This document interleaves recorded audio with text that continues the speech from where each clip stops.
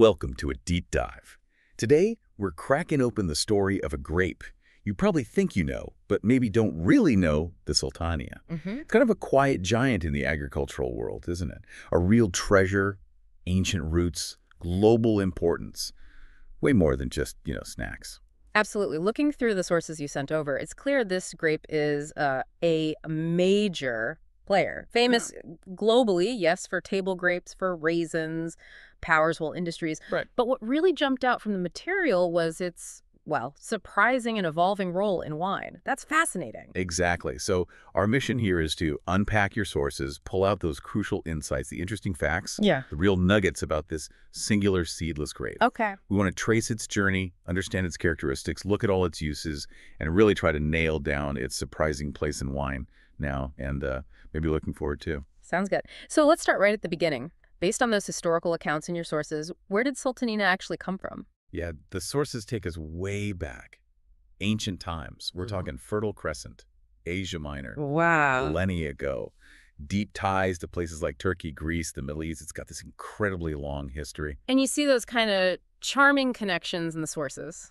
Mm. Maybe legends, maybe not. Linking the name to sultans, royalty. Yeah, it sort of highlights how valued it was, Nah. even then. And it spread, driven by those original global supply chains, the ancient trade routes, like the Silk Road. Oh, that's fascinating. So the raisins, were they like Mhm. ancient energy bars for the merchants? Pretty much, exactly. They were incredibly durable, didn't weigh much, packed with nutrition and energy, just ideal provisions for those really long trips. Makes sense. So the dried form was absolutely crucial for getting it out across the world early on. And I noticed in the sources, the Ottoman empires seem to play a pretty big role in spreading it even more, especially Turkey and Greece. They definitely did. And, here's a key thing from the material.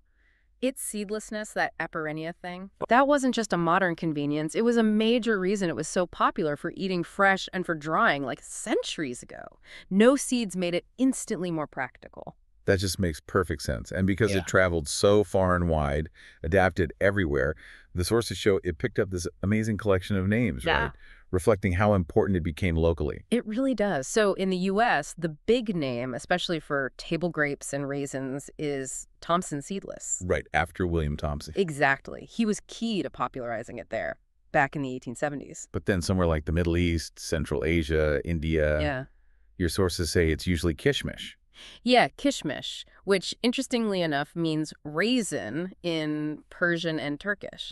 So the name itself tells you what it was primarily known for there historically. And then places like Australia, the UK, you often hear sultana, specifically for the raisins usually. Plus those other names mentioned in the sources like Kalmaria, Oval Kishmish. Yeah. It really gives you a sense of a grape that's been adopted and, well, renamed all over the place. It does. Right. And if you look at the timeline from the sources, Yep. valued, fresh and dried way back, spread via trade in the Middle Ages, drying methods got better, then bam, 20th century industrialization. California takes off. California becomes this huge producer, and the demand for seedless table grapes just skyrockets. So considering all that history, what's the picture today? How is Sultanina mainly used now, according to the material? Sounds like that ancient versatility is still its main thing. It really is. Your sources definitely frame its adaptability and seedlessness as making it like a fundamental agricultural product today. Its uses really boil down to three main, pretty significant areas. Okay, the first one seems obvious, but it's globally massive, right? The table grape. Right. It is, according to the sources, the #1 seedless table grape worldwide. People just love that balance, the sweetness, the crisp, juicy texture, and just how easy it is to eat. No seeds. Exactly. Yeah. So it's everywhere. Snacks, fruit salads, platters, you just see it constantly. The market for fresh Sultanina is enormous. And then the raisins, which were so vital way back when. And still absolutely central to its identity and, frankly, its economic impact. Sultanina is the backbone, really, of the global raisin industry. Your sources mentioned the drying methods. Yeah. Sun drying. Yeah, natural sun drying. Laying the grapes out on mats or trays. Needs a hot, dry climate. Takes a bit longer. Or you got the artificial drying. Right, in controlled chambers, stoves. That's quicker.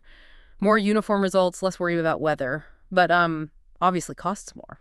And there was that really specific detail in the sources about treating them after harvest. With potassium something. Oh, yeah, that's pretty cool. The potassium carbonate and fatty acid ester solution, they often get dipped or sprayed. Why do they do that? What's the point? It does two really important things. First, it helps break down that natural waxy coating on the skin that speeds up drying, like a lot. Okay. And second, the potassium part helps stop enzymatic browning, so it keeps the raisins that lighter, more golden color that many consumers prefer. Ah, so that's how you get golden raisins. Clever. And the sources confirm these raisins are just ubiquitous baking, cooking snacks, a huge income source for many regions. Exactly. And then the third use, maybe the one people think about less, is its role in wine and distillation. The sources kind of suggested this has been a bit of an understated part of its history, especially in wine, maybe until more recently. That's definitely the picture the material paints. Traditionally, it wasn't seen as a noble grape for complex, fancy wines. It was more for everyday table wines, bulk wine production. Or spirits. Or the base for spirits, yeah. Right. Like Raki in Turkey, Arak in Lebanon, Ouzo in Greece. It even shows up in some older historical styles like Rancio wines, which are fortified. But the sources hinted there's a shift happening now, a modern kind of evolution. Yes, that's a really key takeaway. The modern wine world is starting to look at its potential differently, especially for making fresh, lighter wines. Right. And particularly in warm climates where other grapes can really struggle to hold on to their acidity, its natural ability to handle heat, which the sources mention, is actually becoming a big plus. So the heat tolerance that made it great for drying raisins in sunny places, that's now making it interesting for wine in those same places, especially as the climate changes. Precisely. That adaptability is really key. But the sources are also realistic about the challenges it's always faced for wine. Naturally low acidity can make wines feel a bit, flat. Lacking salmonese. Yeah, lacking vibrancy. And its aromatic profile is pretty neutral, which means the wines might not seem very complex if you don't handle them just right. So how do winemakers get around that, according to the sources? What techniques do they use? The sources describe a few things. Winemakers might pick the grapes earlier than they would for raisins, trying to catch more of that natural acidity. Okay. Controlled acidification, adding acid, might be used where it's allowed to balance things out. And really careful work in the winery is crucial. Strict temperature control during fermentation, maybe using specific yeasts that can help coax out some subtle aromas. And you mentioned blending. I saw that in the sources too. Yes, blending is definitely a common tactic. Sultanina's neutrality can actually be useful there. It can add body or volume to a blend without shouting over other grapes, aromatically speaking. Or soften something too intense. Exactly. Or it can just act as a kind of neutral base if the winemaker wants other things, like oak or yeast character, to be the star. Are there specific winemaking steps, vinification techniques that are tailored for Sultanina? For white wines, yeah, the sources point out a few important ones. Keeping skin contact very short or skipping it altogether is pretty critical to avoid pulling out tannins or maybe greenish flavors from the skins. Right. Keeping fermentation temps low helps hold on to freshness and those, delicate aromas it does have. Using reliable selected yeasts helps ensure a clean fermentation. And usually, stainless steel tanks are preferred over oak barrels. To keep it pure and fresh. Exactly. To maintain that clean fruit character, avoid adding oaky flavors or oxidation that might not suit its subtle style. It's really fascinating how these specific techniques laid out in your sources are used to try and get the best out of a grape, not traditionally seen as, a fine wine headliner. It really shows you how winemakers adapt and innovate with whatever nature gives them. Okay, let's peel back another layer. Yeah. What do your sources tell us about the actual vine? It's ampelography and viticulture. What makes the Sultanina plant itself stand out? The sources describe it as a vigorous vine. Basically, it likes to grow lots of leaves, lots of shoots. Robust vegetative growth. Which means Growers have to actively manage that growth, manage the canopy. Pruning, maybe pulling leaves to make sure the grape bunches get enough sun and air moving through them. That's important. Gotcha. What about the specifics, like the leaves? Descriptions say medium to large leaves, usually a pentagonal shape with 5 clear lobes. Medium green, smooth on top, a bit fuzzy underneath. The main point, really, is that this vigorous leaf growth needs careful handling in the vineyard. And the grape bunches themselves. They're described as being notably large, often conical or maybe cylindrical, and they tend to be medium to loosely packed. Which is good. Yeah, that's actually a plus from a growing perspective. That looseness allows air to circulate inside the bunch, which helps lower the risk of rot developing. Makes sense. Yeah. And the berry is obviously the star. Yes. Medium size, kind of oval or elongated, thin skin that goes from greenish yellow to a nice golden color when fully ripe. And of course, the absolute defining feature, the heart of the Sultanina story. No seeds, that aperennia we talked about. What about its growing cycle through the year? Sources note a medium timing for bud burst in spring, flowers a few weeks after that, and then it ripens medium to late in the season. That late ripening matters. It does, yeah. It gives the grapes more time hanging on the vine to build up sugars. That's really crucial, especially if you're aiming to make raisins where high sugar is key. And how adaptable is it? Can it grow just anywhere? It's pretty adaptable, actually. Different climates, various well-drained soils. It prefers sandy or alluvial types, but it can cope. However, the sources are really consistent on this. It absolutely thrives in hot, dry climates with long, sunny summers. Those specific conditions are just perfect for getting it fully ripe and, critically, for drying those raisins efficiently using the sun. Okay, this brings us to a really interesting bit in your sources. How growers manage the exact same vine completely differently depending on what they want to make table grapes, raisins, or wine. Yeah, it's all about tailoring the vineyard work, isn't it? For table grapes, the absolute focus is getting berries that look big, juicy, flawless for the supermarket shelf. So how do they achieve that? The sources detail things like short pruning to control how many grapes the vine produces. They'll thin out bunches quite aggressively, removing excess ones so the vine puts all its energy into fewer but bigger grapes. And removing leaves around the bunches helps with even ripening, color development, and airflow. And I think the sources mention ways to actually boost the berry size. Yes, techniques like girdling, cutting a ring around the vine cane, or using plant growth regulators like gibberellins, those are specifically aimed at increasing berry size for that fresh market appeal. Okay, size and looks are key for table grapes. What's the main goal for raisins then? For raisins, it's all about maximizing sugar. So harvesting at peak ripeness is essential, often later than for other purposes. Then you get into those drying methods, sun or artificial, and that critical potassium and fatty acid ester treatment the sources mention. Right, to speed up drying and keep the color light. Exactly, prevents that browning. And for wine, how does the vineyard management change for wine grapes? The focus shifts again. Now it's about getting concentration and balance in the fruit itself, the sugars, the acids, any potential flavor compounds. Sources suggest pruning is adjusted to limit the number of bunches per vine, pushing the vine to concentrate its resources into fewer clusters for more intense fruit. Canopy management is still important. Still key, yeah, but maybe focused slightly differently, aiming for optimal ripeness of tannins and flavors, not just sugar. And ensuring the vine gets balanced, nutrition is carefully watched too. What are the big hurdles growers face with Sultanita, according to your sources? Any common problems? Well, like a lot of Vitis vinifera grapes, the sources mention it can be susceptible to fungal diseases, downy mildew, powdery mildew. Those could be real issues, especially if it's humid. Right. Pests can also pop up, so growers need solid plant health strategies.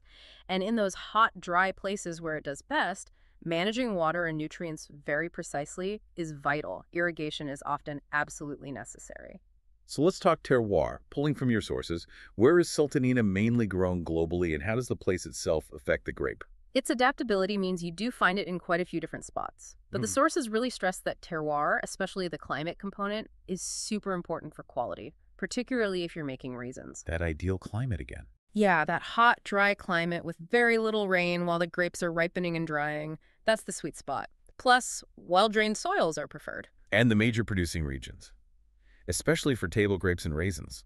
Your sources point strongly to California, USA, a global powerhouse, really dominant, especially for Thompson seedless raisins and table grapes. The San Joaquin Valley there, those long, hot, dry summers are just perfect for sun drying. And they use a lot of tech. Oh, yeah. High-tech farming, precision irrigation, constant monitoring. It's very advanced. Turkey has that deep history with it too, right? Absolutely. Sources detail this long, rich tradition there, especially for Sultana raisins. The Aegean region around Manisa has that ideal Mediterranean climate. And traditional sun drying is still very common. It's hugely important for the local economies there. What about Greece? Historical production there, too, especially on islands like Crete and coastal areas like Corinth. Same Mediterranean climate advantage, traditional drying methods often used. You might see the raisins called currants or sultanas, depending on local specifics. The sources note that smaller scale sort of artisanal production is quite common in Greece. That's Austria. Another big player. Produces a whole range of Sultanina products. Table grapes, raisins in areas like the Riverland and Sunraysia. They've got that hot, dry interior climate too, and are known for using technology and controlled irrigation effectively. Your sources also flagged other significant producers. Chile, South Africa. Yes, places like Chile, South Africa, Uzbekistan, Iran. They're all important contributors to the global supply of this incredibly versatile grape, each maybe with their own unique scale or focus. Okay, let's make a definite shift now. Let's really zero in on Sultana and wine, drawing specifically from what your sources say about its potential in the winery. Right. So as we kind of touched on, the historical perspective based on the sources wasn't that it was a top-tier grape for fine wine. More functional. Yeah, more for simpler wines, bulk production, distillation base. The perception was often limited by its natural qualities, that aromatic neutrality and lower acidity aren't typically what you look for in complex still wines. Which makes sense if you're comparing it to, say, Sauvignon Blanc or Riesling. Exactly. But what's really interesting, and the sources highlight this, is the modern exploration of its potential. Winemakers today are seeing its value, especially for creating fresh, lighter styles, and particularly in warmer regions where other grapes might just get too ripe too fast and lose all their acidity. Ah, so its heat tolerance is becoming a virtue in wine, too. It seems so. That ability to thrive in heat, mentioned earlier, is a real advantage now. So the very climate conditions that made it a raisin star could make it a key player in a warming wine world. That's a really key insight from the sources, yeah. Its suitability for warmer climates is a significant point looking forward. But the sources are clear, the old challenges remain. That low acidity can make wines feel a bit soft, maybe lacking structure. Needs careful handling. And the neutral aroma profile means they might not have that immediate wow factor in terms of complexity. So how are winemakers tackling those specific issues based on the techniques described in your sources? The sources detail several approaches aimed at preserving or enhancing what's there. Harvesting earlier is one common strategy, trying to capture as much natural acidity as possible. Okay. Using controlled acidification, where it's permitted, is another tool to adjust the balance. And just really meticulous work in the cellar is vital, precise temperature control during fermentation helps keep things fresh. Using specific yeast strains might help bring out subtle nuances. And blending, which you mentioned before. Yes, blending comes up again as a common strategy. Its neutrality means it can add body without adding strong flavors, or it can temper grapes that are maybe too aromatic or intense, or it can just be a clean background for other elements. What about the actual winemaking process for white wines from Sultanina? Anything specific the sources point out? They emphasize techniques focused on purity and freshness, so very short skin contact or none at all, to avoid bitterness or green notes. Right, keep it clean. Low fermentation temperatures are key to holding on to those delicate aromas. Using reliable selected yeasts is important for a clean, predictable fermentation. And generally, stainless steel tanks are favored over oak barrels. Why no oak? To keep the focus squarely on the grape's natural freshness and subtle fruit notes, rather than adding oaky flavors or oxidative character that might overwhelm its delicate profile. It really is fascinating how winemaking adapts, finding ways to highlight the best qualities of a grape, even one not historically lauded for wine. It really underscores that intersection of tradition, raw materials, and modern know-how. So with all these techniques your sources describe, what kind of wine should someone actually expect if they find a bottle of Sultanina? Well, primarily you'll find descriptions leaning towards light and dry white wines. They're typically known for being relatively light-bodied, dry, and often having a balanced acidity, although that balance might sometimes be thanks to those winemaking adjustments. And the taste, the smell. What sensory notes do the sources mention? Generally, the profile is described as, well, neutral to delicate.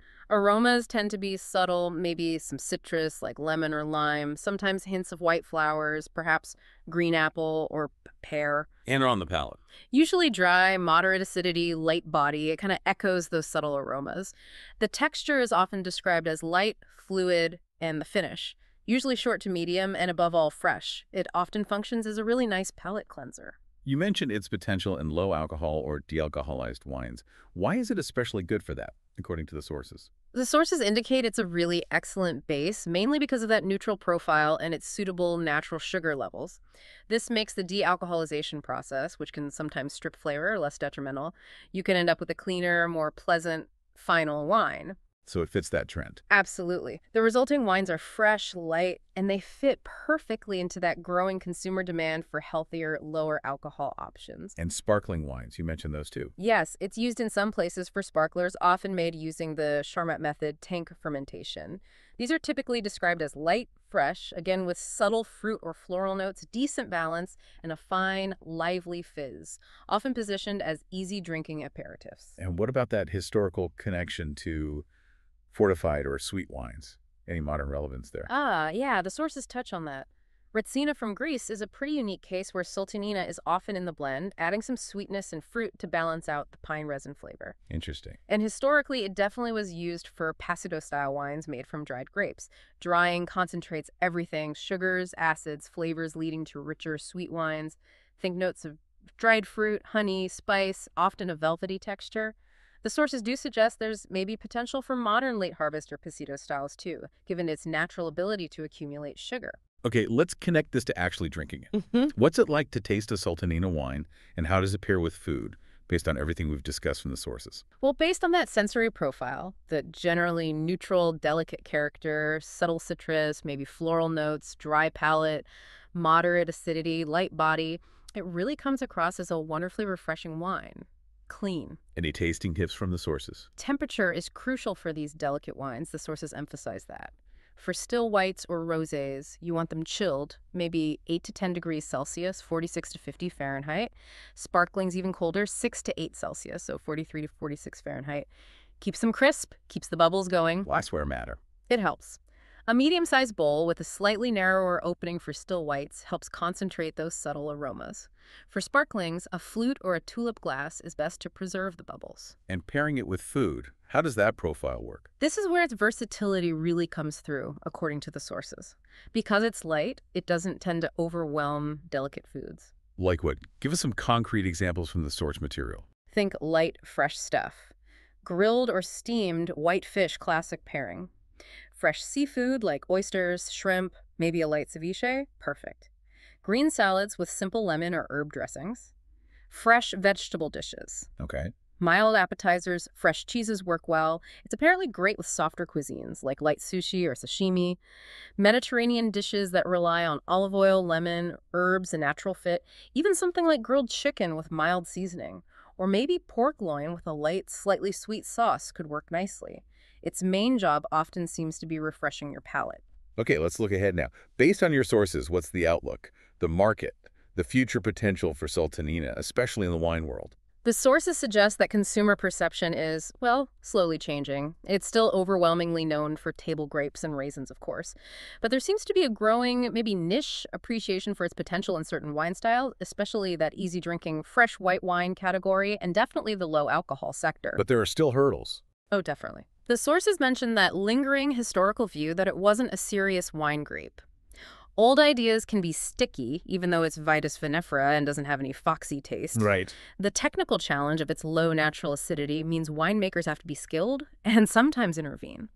It faces massive competition from incredibly well-known white grapes like Chardonnay, Sauvignon Blanc, Pinot Grigio, and frankly, it needs really smart marketing to carve out its own identity and tell its story effectively. But on the other side, what are the big opportunities your sources identified? They see real potential in those niche markets that are looking for wines that are approachable, fresh, often affordable. And that booming low-alcohol and dealcoholized wine market is a huge plus. Its neutral profile is actually an asset there, allowing for cleaner results after the alcohol removal process. It really does make you think about its place in a world facing climate change, doesn't it? It really does. Your sources highlight its natural toughness, its adaptation to warm climates, as a pretty significant factor for its future. As temperatures rise globally, grapes that can handle heat and still produce good fruit, whether for eating or wine, become more and more valuable. Combine that with the growing consumer thirst for lighter, more refreshing wine styles, and Sultana seems kind of uniquely positioned, doesn't it? So innovation is the name of the game for its future in wine. Absolutely. The sources point towards ongoing research, maybe developing new clones or crossings that could boost acidity or aroma, while crucially keeping the seedlessness and just continuing to refine those winemaking techniques, specific yeasts, blending strategies, maybe co-fermentation that will all be vital in shaping what Sultana can become in the bottle. So, to wrap up this deep dive, drawing everything together from the sources you provided, we've really covered the remarkable journey of the Sultanina grape.